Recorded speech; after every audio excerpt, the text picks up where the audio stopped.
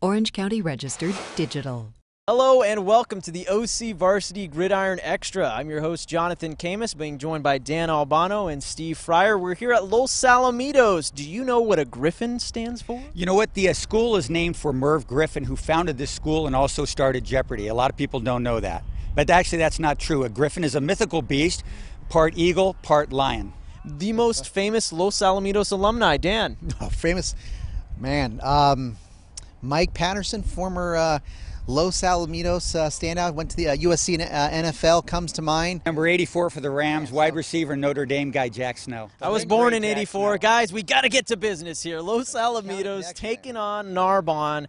Narbonne guys, they're 1-3, but don't let that record fool you. They have lost to 3 straight powers: Long Beach Poly, Alamany. Last game they lost to Sarah, so you know they're chomping at the bit to get their hands on Los Alamitos, who won their last game 42-7 in dominating fashion. Steve, what to look out for? Well, I think this is going to be a big game for Los Alamitos. They play at Narbonne, and that's not always the most fun place to play. This is the biggest challenge I see so far on Los Al's non-league agenda. So this is a big game for them. You know, their defense has been just fantastic. Offensively, they play it a little different these days, Dan, don't they? They don't pass the ball like we always saw in the 90s with the great run of quarterbacks they have. They run the ball now, and it shows something about you know, the kind of coaching you've got at Los Al when, you know, you're not going to play to the system's going to adjust to the players you got on the roster. So I think it's going to be a very interesting game to see how Los Al comes out of this one. John Barnes using all those 44 years of coaching experience, Dan. Yeah, he's doing some new stuff on offense. He's been an innovator throughout you know, his time here at Los Al, especially with the spread offenses. He was kind of a trailblazer for Orange County with the spread offense, doing that stuff ahead of a lot of people. But this year they're playing some more power football. They're running the ball a little bit more. Talenko has really given him a big boost at quarterback. He is a dual threat guy.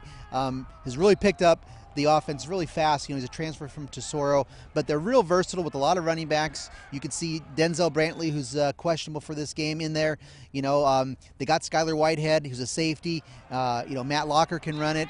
They got some other guys. A guy I really like is Wysocki at receiver, is really outstanding. He goes up and goes after the ball really well. They got tight end Nelson they're using. They got a big line, and I think they can play different ways, and that's really a strength this year. Okay, and we caught up with the Griffins earlier, and specifically Coach John Barnes, who has been coaching since 6th grade. Dan Albano asked him, what keeps you going, Coach? I have to tell you, I have a passion for this. It won't go away. I wish it would some days. I've had what I consider over 400 sick nights for football games, but I love it. I love kids. I love working with them. The kids here are just great. They do whatever we ask, so that makes it easy. Coach Barnes has been here for about 30 years, a lot of tradition here, and it's really exciting to finally be a captain. And I think over the years, you really understand what it knows to work hard, about the Griffin pride, but the sense of just tradition and excellence this school comes with. I think every week we're just saying, why not us? We've been working really hard. We have a lot of talent this year, and I think this year the biggest thing for us is just to go play hard and play some smash mouth football. You used to always throw the ball before practice, or before games or warm-ups. Haven't seen you spin in a while. Wow. Is that okay? That was a touchdown, Coach. Okay. Our thanks to Coach John Barnes and the rest of the Griffins. Steve, prediction time.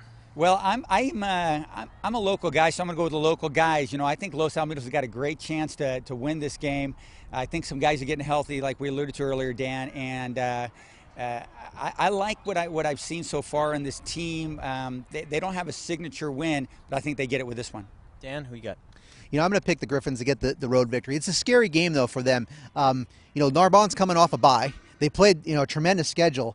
Poly, Alameda, Sarah. That's the who's there of SoCal. All in top 15. Yeah, they're at SoCal power. So they played a way tougher schedule. But I think some people have undersold Los Al's schedule a little bit. I think they do have a signature win. It's that East Lake team. They beat in San Diego. That's a top 10 team in San Diego. And that team is a really good contender out in San Diego. So I think this is a big win for Los Al, though. They need it going into the Sunset League. They open with, on a short week, open with Fountain Valley.